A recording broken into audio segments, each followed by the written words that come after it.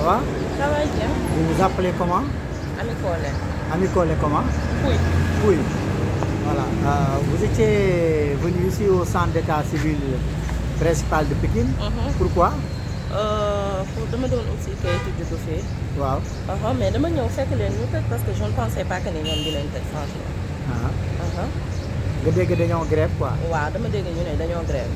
tey gàllankoor bu mu la war a andil lan la. waaw parce que nii dama soxla woon kayit bi te c'était urgent raison pour laquelle c'était urgent nag xaw ma nag. pour lan la kayit bi loo bëgg def. examen wala dama ko soxla waaw si examen la bokk dama ko soxla parce que dafa am lu may lijjanti moo tax te tey laa waroon déposer papier yi. waaw tey nga waroon ñëw pour mën a déposer papier yi pour lan examen. waaw. léegi ñu ne la dañoo grève. waaw dama ñëw fekk ñu grève.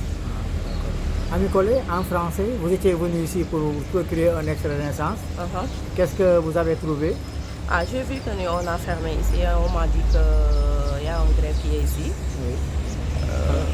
Alors, quel est le préjudice que ça va vous porter? Ça va porter. Ça va pas faire. Je sais pas comment je peux dire, mais ça ne m'arrange pas, franchement. Vous devez déposer le papier. Pourquoi? Pour faire un examen. Oui. Voilà. Et j'ai vu qu'on a fermé aussi. Maintenant, qu'est-ce que vous demandez aux autorités concernant cette grève? Il faut qu'on regarde ça parce que ça ne nous arrange pas. Aussi. Ça ne nous arrange pas. Pour venir, on m'a dit qu'on est grève, ça, franchement, je ne trouve pas ça drôle. C'est Ami Collé comment? Oui.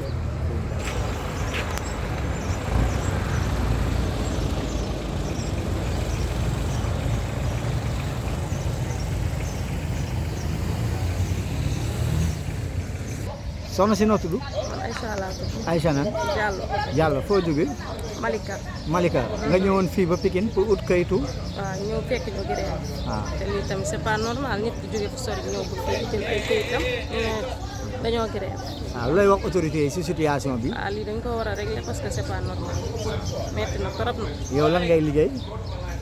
man délégué médical la. Délégué médical voilà Aïcha en français. Vous étiez venu pour chercher un extrait de naissance. Qu'est-ce qu'on vous a dit? J'ai trouvé que ils sont en grève et c'est pas normal. Moi je viens de loin, Malika jusqu'à Pikine. Qu'est-ce que vous dites aux autorités concernant cette situation? Oui.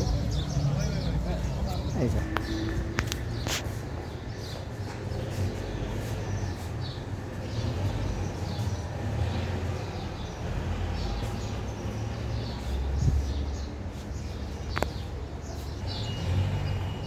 Vous présentez? Ndiaga Diop, secrétaire général du syndicat des travailleurs des collectivités locales, section Pikine-Keur Massar. D'accord. Alors aujourd'hui, vous êtes en mouvement d'humeur. Le service d'état civil n'a pas marché. Du coup, les populations sont en colère contre les agents. Certaines disent qu'elles n'ont pas été averties à temps. Et qu'est-ce que vous avez à dire concernant cette situation? Bon, vous pouvez constater avec moi que l'état civil est fermé, toute la mairie même est fermée. C'est valable aussi pour toutes les autres mairies de Pikine et de Keur Massar. C'est parce que nous sommes en mouvement et la grève a été respectée à 100%, je peux me dire ainsi, parce que j'ai demandé aux autres responsables des communes, j'ai fait le tour de Pikine et j'ai constaté que vraiment toutes les mairies sont fermées. Donc le mot d'ordre a été très bien suivi. Le mot d'ordre a été très bien suivi parce que déjà, vous, journalistes, vous pouvez constater que vraiment tous les états civils sont fermés. Donc toutes les mairies, les administrations, tout a été paralysé. Alors qu'est-ce que vous réclamez justement? Nous réclamons une augmentation des salaires qui devait être généralisée pour tous les agents de l'administration. Donc nous réclamons cette augmentation qui vraiment n'a pas été respectée par les autorités gouvernementales. Nous réclamons aussi notre statut de la fonction publique locale qui traîne les pieds depuis 2011. La loi a été votée depuis 2011. Donc le statut traîne les pieds depuis cette date. Nous le réclamons aussi. Donc nous réclamons aussi le point indiciaire qui passe de 5 points, qui passe de 51,43% et à 56,43%, et l'augmentation des indemnités des travailleurs de la santé. D'accord. Alors, le cas des agents de santé communautaire, c'est plus qu'une préoccupation. Qu'est-ce que vous avez à dire? Nous avons, ça fait partie de nos points de revendication. Si vous lisez bien notre préavis des brèves, les motifs, les gens de santé communautaire en font partie.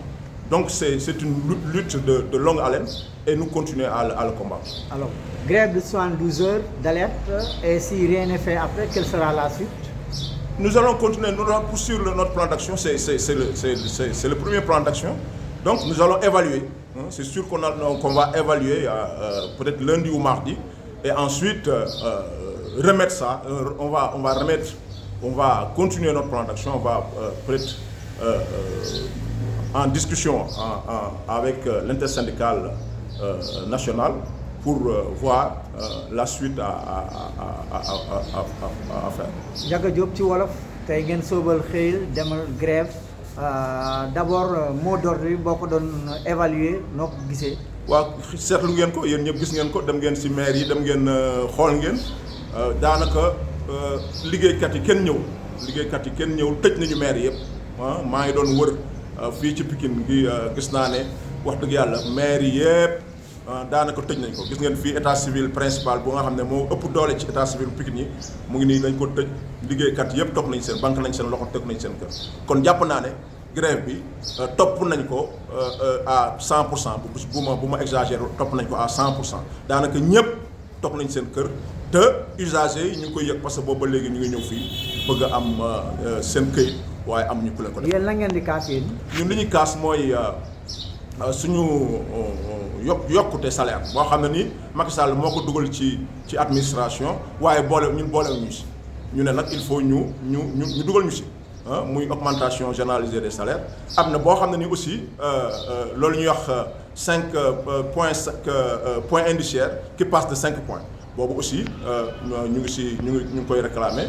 ñi nga xam ne ñooy suñu liggéeykat yi nga xam ne ñoo nekk aussi ci wàllu santé muy liggéeykat les travailleurs municipaux qui sont ñi nga xam ne ñoo nekk santé ñoom tamit dañu am augmentation boo xam ne ni protocole 10 mars bi moo ko am kii woon ñu fay ko ñi nga xam ne ñooy étatique te fayuñu ko ñi nga xam ne ñoo nekk. yaa ngi wax tamit seen statut bi nga xam ne 2011 ba léegi mu ngi traîner. statut bi depuis loi bi ñu ko voté woon le 30 mars 2011 ba léegi 2011 ba léegi.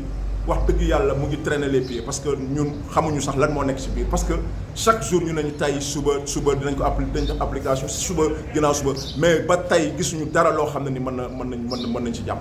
kon loolu aussi ñu ngi koy joytu que ñu ngi laaj vraiment application xam nga loolu ñuy wax suñu statut de la fonction publique locale. yéen a ngi ne doo leen bàyyi tant que amu leen satisfaction ndax bu leen jógee fii di ngeen def évaluation. waaw bu ñu jógee 72 heures yi dañuy def évaluation lundi wala mardi bu pare nag bu fekkee kenn woowuñu wala amuñu satisfaction dinañ ko si jàpp dinañ defaat beneen plan d'action boo xam ne xam naa ne mooy gën a metti sax bii nga xam ne moom la ñu tàmbali nii. 60 def nañu marche def nañu conférence de presse def nañu nii. grève 72 heures bu fekkee wow ñu c'est sûr que dañ ko dàbbaliwaat bu gën a sax bi nga xam ne moom la ñu def nii tey.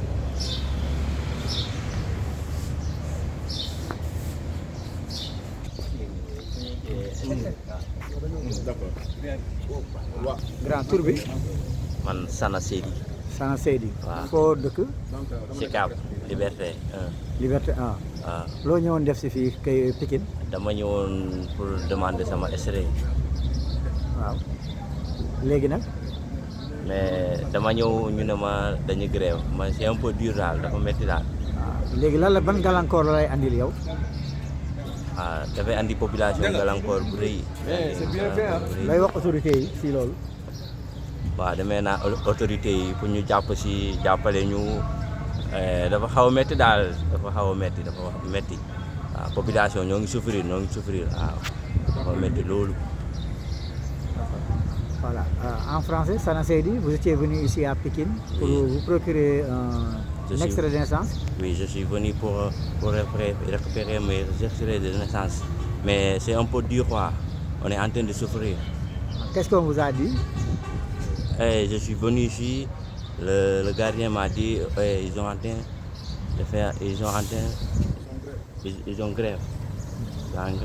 Alors qu'est-ce que ça va vous porter préjudice? En quoi cela va vous porter préjudice? Ça va m'empêcher beaucoup de choses. Comme quoi? J'ai besoin de ça urgent.